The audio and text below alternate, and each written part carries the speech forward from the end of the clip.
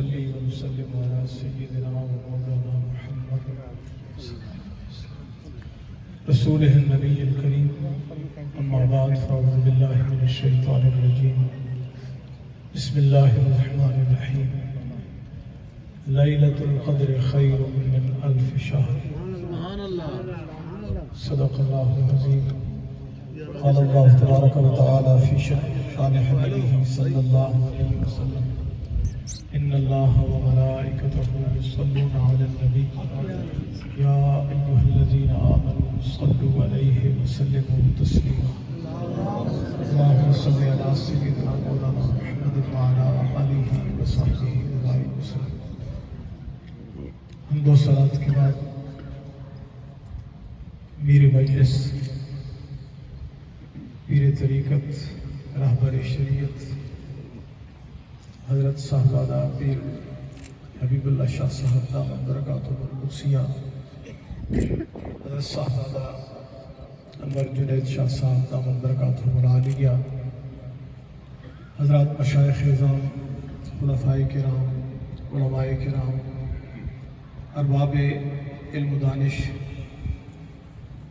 اللہ رب العزت کا احسان عظیم، اس کا بے پایاں کرم اور 100,000 بار شکر کہ ہم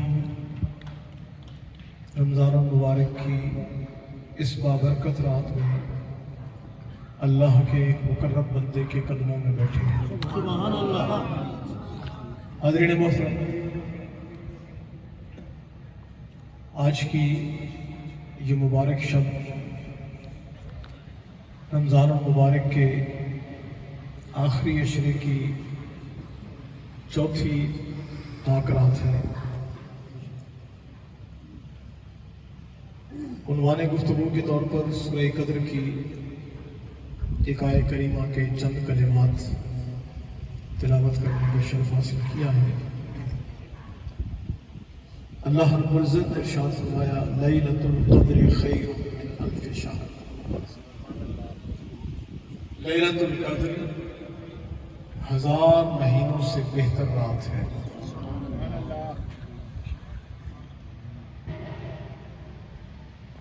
ہزار مہینے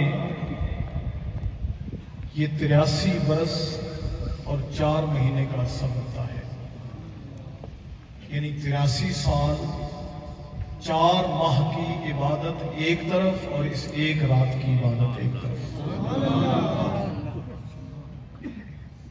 صاحب تفسیر خازن لکھتے ہیں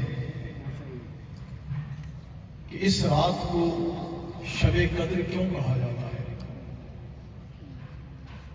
وہ فرماتے ہیں قدر کے معنی ہوتے ہیں تنگی کے، اور اس رات آسمان سے فرشتے اتنی کثرت سے اترتے ہیں کہ زمین اپنی تمام تر وسعتوں کے باوجود تنگ پڑ جاتی ہے. یہ فرشتوں کے نزول کی رات ہے. پھر امام مالک امت کے تاج و امام اپنے موطا میں بیان فرماتے ہیں کہ جب حضور علیہ السلام کو سابقہ امتوں کے احوال اور ان کی عمروں کے بارے میں بتایا گیا کہ ان کی عمریں بڑی طویل ہوں گی، تو آقا کریم صلی اللہ علیہ وسلم کی طبیعت آزردہ ہو گئی. آقا پریشان ہو گئے جب اپنی امت کی عمروں کی طرف دیکھا کہ میری امت کی عمریں کم ہوں گی تو عمل بھی کم ہوں گے، تو بخشش کا کیا ذریعہ بنے گا. قربان جائیں میرے آقا کریم اس امت کی خاطر بے چین رہے. صحیح مسلم میں حدیث ہے حضرت عبداللہ بن عمر بن العاص راوی ہیں رضی اللہ تعالیٰ عنہ. آپ فرماتے ہیں حضور علیہ السلام کی مجلس میں بیٹھے تھے اور آقا کریم صلی اللہ علیہ وسلم نے سیدنا ابراہیم علیہ السلام کا ذکر کیا کہ ابراہیم علیہ السلام نے اللہ کی بارگاہ میں عرض کی مولا میں نے اس قوم کو ساری زندگی وحدانیت کی راہ دکھائی فرمایا فمن تبعنی فإنہ منی ومن عصانی فإنک غفور رحیم۔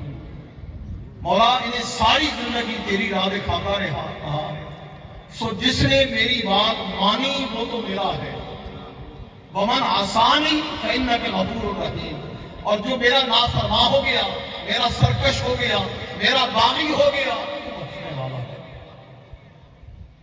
پھر حضرت عیسیٰ علیہ السلام کا تذکرہ فرمایا۔ عیسیٰ علیہ السلام اللہ کی بارگاہ میں عرض کرتے ہیں ان تعذبہم فإنہم عبادک وَإِن تَغْفِرْ لَهُمْ فَإِنَّكَ أَنْتَ الْعَزِيزُ الْحَكِيمُ۔ مولا اگر تو عذاب دے تو تیرے بندے ہیں، اگر بخش دے تو تو غالب حکمت والا ہے۔ میرے آقا کریم صلی اللہ علیہ وسلم نے جب یہ تذکرہ فرمایا تو آقا کریم کی آنکھوں سے چھم چھم آنسو برسے، میرے آقا کریم رو پڑے، ہچکی بن گئی، عرض کی میرے مولا ابراہیم علیہ السلام نے بھی نیکوکاروں کو لے لیا، گنہگاروں کو چھوڑ دیا، عیسیٰ علیہ السلام نے بھی بندوں کو تیرے حوالے کر دیا، عذاب دے تو تیری مرضی، بخش دے تو تیری مرضی، مولا میں اپنے گنہگار امتی کو اس حال میں نہیں چھوڑ سکتا۔ میرے آقا رو پڑے، ہچکی بن گئی۔ اس دوران جبریل امین آ گئے، اب فرماتا ہے میرے محبوب وَاصْبِرْ لِحُکْمِ رَبِّكَ فَإِنَّكَ بِأَعْیُنِنَا، میرے محبوب تو اللہ کے حکم پر صبر کر، تو ہماری نگاہ ناز میں ہے۔ میرے محبوب ساری دنیا مجھے تکتی ہے، میں رب ہو کے تجھے تکتا ہوں، میرے محبوب روتا کیوں ہے؟ جبریل امین نے آپ کے یا رسول اللہ، اللہ سلام کہتا ہے اور پوچھتا ہے روتے کیوں ہیں؟ میرے آقا نے فرمایا میری گنہگار امت ہے، اپنی امت کے لیے رو رہا ہوں۔ جبریل امین نے جا کے اس کے مولا تیرا محبوب تیری امت اپنی امت کے لیے رو رہا ہے۔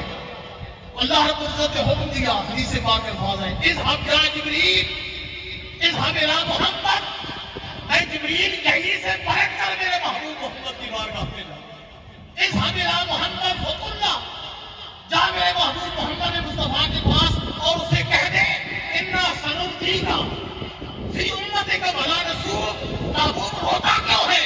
ہم تیری امت سے وہ سلوک کریں گے کہ تو راضی ہو جائے گا، ہم تجھے تیری امت کے لیے پریشان نہیں کریں گے، تیری امت سے وہ معاملہ ہوگا۔ تو امام مالک فرماتے ہیں جب آقا پریشان ہوئے نا فَآتَاهُ لَيْلَةُ الْقَدْرِ خَيْرٌ مِنْ أَلْفِ شَهْرٍ، اللہ نے اپنے محبوب کو لیلۃ القدر عطا کر دی جو 1000 مہینوں سے بہتر ہے، یعنی 1000 مہینے کی عبادت ایک طرف اور اس ایک رات کی عبادت ایک طرف۔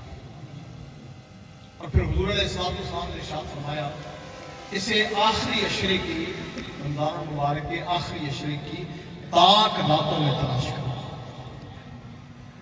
اب اس کو مخفی رکھا گیا، علماء کرام نے اس کی 6 حکمتیں بیان کی کہ اس رات کو مخفی کیوں رکھا گیا۔ پہلی حکمت یہ بیان کی کہ جس طرح ایک اسم اعظم ہے، اس اسم اعظم کو بھی مخفی رکھا۔ جمعہ المبارک جو سید الایام ہے، اس جمعہ کے دن ایک قبولیت کی گھڑی ہے، ہم نے اس کو بھی مخفی رکھا۔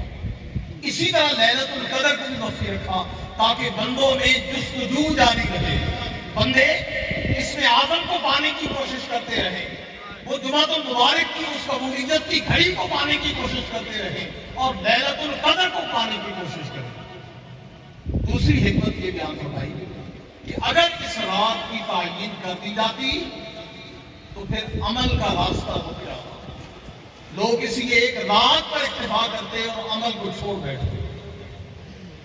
تیسری حکمت یہ بیان فرمائی کہ اگر اس رات کا تعین کر دیا جاتا اور کسی مجبوری سے کوئی بندہ اس رات عبادت نہ کر سکتا، معلوم ہوتا کہ آج لیلۃ القدر ہے اور کوئی مجبوری ہوتی، سفر میں ہوتا، بیمار ہوتا، کسی وجہ سے رات کو عبادت نہ کر سکتا، تو اسے پھر پچھتاوا ہوتا اور جو صدمہ ہوتا ساری زندگی اس کا ازالہ نہ ہوتا۔ اور چوتھی جو حکمت بیان فرمایا اللہ رب العزت کو اپنے بندوں کا راتوں کو جاگنا زیادہ پیارا ہے۔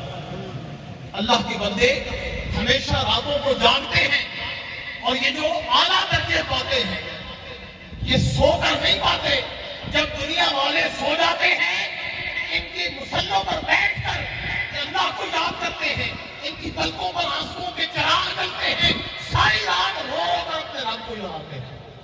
تو اللہ کو اپنے بندوں کا راتوں کو جاگنا پسند ہے، اس لیے اگر اس کی تعین کر دی جاتی بندے صرف ایک رات جاگتے ہیں، میرا مولا چاہتا ہے بندے ہر رات جاگتے ہیں، ہمیشہ جاگے اور جاگ کر یاد کریں۔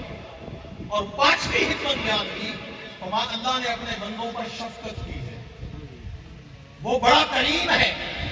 وہ فرماتا ہے کہ اگر اس رات کا تعین کر دیا جاتا اور بندوں کو یہ پتا ہوتا کہ یہ رات لیلۃ القدر ہے اور اس کے باوجود کوئی گناہ کر بیٹھتے تو گناہ کی سزا تو ملتی ہی، اس عظیم رات کی عظمت کو مجروح کرنے کا ایک جرم ان کے نام اعمال میں لکھ دیا۔ گویا اللہ رب العزت نے اس رات کا تعین نہ فرما کر اپنے بندوں کو اس جرم عظیم سے بچا دیا۔ اور چھٹی حکمت جو علماء نے بیان فرمائی، حضرت عبادہ بن صامت حضور علیہ السلام کے صحابی ہیں، وہ فرماتے ہیں ایک رات حضور علیہ السلام تشریف لائے کہ ہمیں اس رات کے بارے میں بتا دیں، آگاہ فرما دیں۔ تو آپ نے دیکھا دو آدمی آپس میں جھگڑ رہے تھے، تو آقا کریم نے اس رات کا تعین نہیں فرمایا اور واپس چلے گئے۔ وہ ایک بات کی پتہ چلی کہ جہاں جھگڑا ہوتا ہے وہاں سے نعمت اٹھا لی جاتی ہے۔ آج بدقسمتی سے ہم جس وطن میں رہ رہے ہیں، ہمارے وطن عزیز میں جھگڑے ہی جھگڑے ہیں، لوگوں جہاں جھگڑے ہوتے ہیں وہاں اللہ کی نعمتیں اٹھ جاتی ہیں، اللہ کے انعام و اکرام کی بارشیں رک جاتی ہیں۔ اس لیے آج کی رات کا یہ پیغام ہے کہ جھگڑے چھوڑ دیں، آپس میں جھگڑے چھوڑ دیں۔ اب اس رات آقا کریم صلی اللہ علیہ وسلم کی بارگاہ میں ام المومنین عائشہ صدیقہ نے عرض کیا، آقا اگر مجھے یہ رات مل جائے، یہ رات اگر نصیب ہو جائے تو اس رات کو کرنا کیا چاہیے؟ میرے آقا نے فرمایا اللہ کی بارگاہ میں دعا کرو، اللہم انک عفو تحب العفو فاعف عنی۔ اللہ کی بارگاہ میں دعا کرو، اے اللہ تو معافی کو پسند کرتا ہے، تو معاف کرنے والا ہے، تو معافی کو پسند کرتا ہے، مولا مجھے بھی معاف کر۔ وہ اس رات کا سب سے بڑا عمل اللہ کی بارگاہ میں معافی مانگنا، اللہ کی بارگاہ میں معافی مانگنا ہے۔ یاد رکھیں جب شیطان لعین کو راندہ درگاہ کیا گیا تو اس نے اللہ رب العزت سے مکالمہ کیا، اس نے کہا فَبِعِزَّتِكَ لَأُغْوِيَنَّهُمْ أَجْمَعِينَ، مولا جس عالم کی وجہ سے مجھے راندہ درگاہ کر رہا ہے، مجھے تیری عزت کی قسم میں ان سب کو گمراہ کروں گا۔ شیطان نے اللہ رب العزت کو یہ چیلنج کیا، مجھے تیری عزت کی قسم میں ان سب کو گمراہ کر دوں گا۔ اللہ رب العزت نے فرمایا اے شیطان میں جانتا ہوں میرے یہ گناہگار بندے، سیاہکار بندے تیرے دانے فریب میں آئیں گے، تیرے چنگل میں پھنس جائیں گے، تو انہیں بہلائے گا پھسلائے گا، یہ پھنس جائیں گے، لیکن مجھے اپنی عزت کی قسم جو میرا بندہ ٹھوکریں کھا کر ایک بار نادم ہو کر شرمسار ہو کر رو کر اپنی جدید نیاز میری بارگاہ میں جھکا دے گا، مجھے اپنی عزت کی قسم ساری زندگی کے گناہ معاف کر دے گا۔ اور صرف گناہ معاف نہیں کروں گا، فَأُولَٰئِکَ يُبَدِّلُ اللَّهُ سَیِّئَاتِهِمْ حَسَنَاتٍ، اس کے سارے گناہوں کو نیکیوں میں بدل دوں گا، اس کے سارے گناہوں کو نیکیوں میں بدل دوں گا۔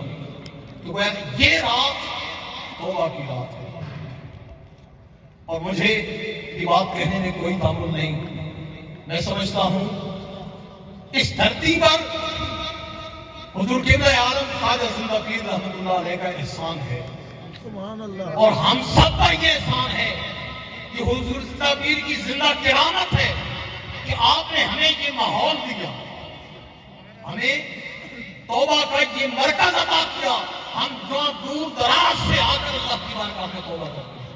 حدیث پاک میں ہے، معروف حدیث ہے، آپ نے سن رکھی کہ بنی اسرائیل میں ایک شخص نے 99 قتل کیے، متفق علیہ حدیث، 99 قتل کیے۔ دل میں ایک تڑپ پیدا ہوئی، کسی راہب سے خشک ملا سے جا کر پوچھ لیا 99 انسانوں کا قاتل ہوں گے، بخشش کا کوئی ذریعہ ہے؟ اس نے کہا نکل جا، 99 بے گناہ انسان قتل کر کے معافی مانگنے آیا ہے۔ اس نے کہا بخشش تو ویسے بھی نہیں ہونی، اس نے اس کو بھی قتل کر دیا، 100 کا عدد پورا ہو گیا۔ لیکن چونکہ تڑپ پیدا ہو گئی تھی، یہ تڑپ پیدا ہو جائے، اللہ کرے ہمارے اندر یہ تڑپ پیدا ہو جائے۔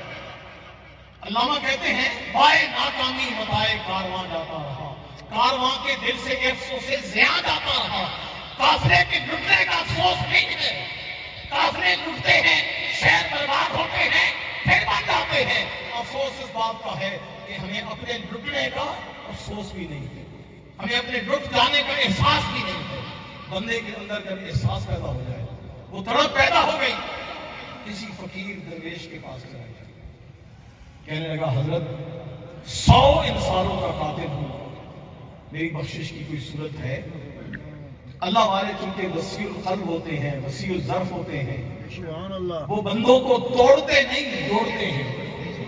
حضرت بابا فرید بن شکر رحمۃ اللہ علیہ نے کسی کو سوئی دھاگا دیا، اس نے کہا حضرت یہ کینچی بھی ہے، کینچی کیوں نہیں دی؟ فرمایا کینچی کاٹ کے الگ کرتی ہے، سوئی سی کے جوڑ دیتی ہے۔ اللہ والے توڑنے والے نہیں جوڑنے والے ہوتے ہیں۔ اس درویش نے کہا ہاں بخشش ہو سکتی ہے، اللہ نے عالم سکرات طاری ہونے تک توبہ کا دروازہ کھلا رکھا ہے، وقت نزع طاری ہونے تک توبہ کا دروازہ کھلا رکھا ہے۔ میں کون ہوں؟ تو بندہ ہے، وہ مولا ہے، میں تمہارے درمیان کیسے آ جاؤں؟ کیسے توبہ نہیں ہوتی؟ جا ایک بات بتا دیتا ہوں، وہ ایک بستی شریف ہے، قریۃ الصالحہ، بستی شریف، نیک لوگوں کی بستی۔ آپ بھی کھمکول شریف کہتے ہیں، سبحان اللہ، گھر سے چل کے آئے تھے، کہاں جا رہے ہیں؟ کھمکول شریف جا رہے تھے، وہ بستی شریف۔ اور یاد رکھیں یہ بستی شریف یا شریف کہنا یہ ہماری عقیدت نہیں ہے، یہ حدیث پاک سے ثابت ہے۔ میرے مصطفیٰ نے فرمایا قریۃ الصالحہ، جہاں اللہ والوں کا وجود ہوتا ہے وہ دھرتی شریف ہو جاتی ہے۔ اور پھر حدیث پاک سے اوپر قرآن مجید کی نص، موسیٰ علیہ السلام کے بنی اسرائیل کو لے کے چلے نا، تو فرمایا یا قوم اذکروا الارض المقدسۃ التي كتب اللہ لكم، اے میری قوم اس ارض مقدس میں داخل ہو جاؤ، اللہ نے تمہارے لیے لکھ دی ہے۔ یعنی جس دھرتی پر اللہ والوں کے قدم لگ جاتے ہیں وہ دھرتی مقدس ہو جاتی ہے۔ فرمایا ایک بات بتاتا ہوں، وہ بستی شریف ہے، فیہا اناس یعبدون اللہ، وہاں کچھ اللہ کے بندے بیٹھ کر اللہ کی عبادت کرتے ہیں، یا تو بھی ان کے ساتھ جا کر بیٹھ جا، عبادت کر، اور وہاں جا کر اللہ سے معافی مانگ، ہاتھ تجھے معاف کر دے۔ وہ چل پڑا، کچھ فاصلہ طے کیا تھا، موت آ گئی۔ اب رحمت کے فرشتے بھی آ گئے، عذاب کے فرشتے بھی آ گئے۔ رحمت کے فرشتے کہنے لگے توبہ کا ارادہ کر کے نکلا تھا، جنتی ہے۔ عذاب والوں نے کہا جہاں جا کے توبہ کرنی تھی وہ منزل ابھی بہت دور ہے، وہاں پہنچا نہیں تھا۔ اللہ رب العزت نے دیکھا فرشتوں کے درمیان تنازع ہو گیا ہے، اللہ نے ایک فرشتے کو حکم بنا کے بھیجا، ثالث بنا کر، میڈیٹر بنا کے بھیجا کہ جا تو ان کے درمیان فیصلہ کر۔ وہ فرشتہ آیا، اس نے کہا اس کے گھر سے مقام وفات تک اور مقام وفات سے اس کی منزل تک کی زمین نہ ہو، اگر گھر سے مقام وفات تک کا فاصلہ زیادہ ہے، یعنی زیادہ فاصلہ طے کر لیا ہے، تھوڑا رہ گیا ہے تو جنتی ہے، اور اگر فاصلہ کم طے کیا ہے اور زیادہ رہتا ہے تو جہنم میں ہے۔ اللہ رب العزت نے دیکھا فرشتے نے فیصلہ کر دیا ہے، فرمایا فیصلہ اسی کا رہے گا۔ فرمایا اے زمین، میرا بندہ توبہ کا ارادہ کر کے گھر سے نکل پڑا تھا، اس بستی شریف کی طرف جا رہا تھا، فرمایا اے اس بندے کے گھر کی زمین، اس کی مقام وفات تک کی زمین تو پھیل جا، اور اس اللہ کے بندوں کی سرزمین پر جو زمین تھی وہاں کی طرف کی زمین تو سکڑ جا، میرا بندہ اس منزل کے قریب ہو جائے۔ میں نے اپنے بندے کو بخش دیا، میں نے اپنے بندے کو بخش دیا ہے۔ ایک اور متفق علیہ حدیث، آخری بات کر کے بات ختم کرتا ہوں۔ متفق علیہ حدیث، اللہ رب العزت کے کچھ فرشتے ہیں جنہیں ملائکہ سیاحین کہتے ہیں، یہ یطوفون فی الطرق، آسمان سے اترتے ہیں اور گلیوں میں گھومتے ہیں، یلتمسون یلتمسون مجالس الذکر، وہ ذکر کی مجلس سے ڈھونڈتے ہیں، جہاں ذکر کی مجلس ہو رہی ہو مجالس ڈھونڈتے ہیں، اور جب وہ کوئی مجلس پا لیتے ہیں تو کہتے ہیں تعالوا تعالوا وجدنا، ارے دوستو آؤ، ہم جو مجلس ڈھونڈنے نکلے تھے ہم نے وہ پا لی، اور وہ ذاکرین کی مجلس میں بیٹھ جاتے ہیں، اس مجلس میں بیٹھ جاتے ہیں۔ جب وہ مجلس ختم ہوتی ہے تو وہ فرشتے اللہ کی بارگاہ میں جاتے ہیں، اللہ رب العزت سے ان سے پوچھتا ہے سناؤ میرے بندوں کو کس حال میں پایا؟ مولا وہ تیرا ذکر کر رہے تھے، کیا چاہتے تھے؟ مولا وہ جنت کے خواہش میں تھے۔ فرمایا جنت دیکھی؟ نہیں دیکھی تو نہیں، اگر دیکھ لی ہوتی تو؟ مولا اگر دیکھ لیتے تو اور ذوق و شوق سے تیرا ذکر کرتے۔ اور کیا مانگتے تھے؟ مولا جہنم سے پناہ مانگتے تھے۔ جہنم دیکھی؟ نہیں مولا نہیں دیکھی، اگر دیکھی ہوتی تو مولا ان کے دل میں اور زیادہ تیرا خوف ہوتا۔ فرمایا فرشتوں گواہ ہو جاؤ، میں نے سب کو بخش دیا، فرشتوں گواہ ہو جاؤ میں نے سب کو بخش دیا ہے۔ اب حدیث کا الفاظ ہے یقول ملک من الملائکہ، وہ جو فرشتے رپورٹ دے کے گئے ان میں سے ایک فرشتہ کہتا ہے وَهُوَ عَالَمُ، کہ اللہ خود جانتا ہے سب کچھ، وہ ایک فرشتہ کہتا ہے مولا فیہم فلان لیس منہم، مولا ان میں جو فلاں بندہ تھا نا وہ ان ذاکرین میں سے نہیں تھا، انما جاء لحاجت، وہ اپنے کسی کام سے آیا تھا، دیکھا لوگ ذکر کر رہے ہیں اللہ اللہ اللہ کی صدائیں ہو رہی ہیں، اللہ ہو کے لغمے علاقے جا رہے ہیں، وہ تماشا دیکھنے کھڑا ہو گیا تھا، مولا وہ ذاکروں میں سے نہیں تھا۔ میرا رب فرماتا ہے جاؤ فرشتوں گواہ ہو جاؤ میں نے اس کو بھی بخش دیا ہے، اس کو بھی بخش دیا۔ کیوں؟ فرمایا ہم الجلساء لا یشقی جلیسہم، فرمایا یہ میرے وہ بندے ہیں جو ان کے ساتھ بیٹھ جائے وہ بھی بدبخت نہیں رہتا، رب اس کو بھی خوش وقت بنا دیتا۔ وما علینا الا البلاغ۔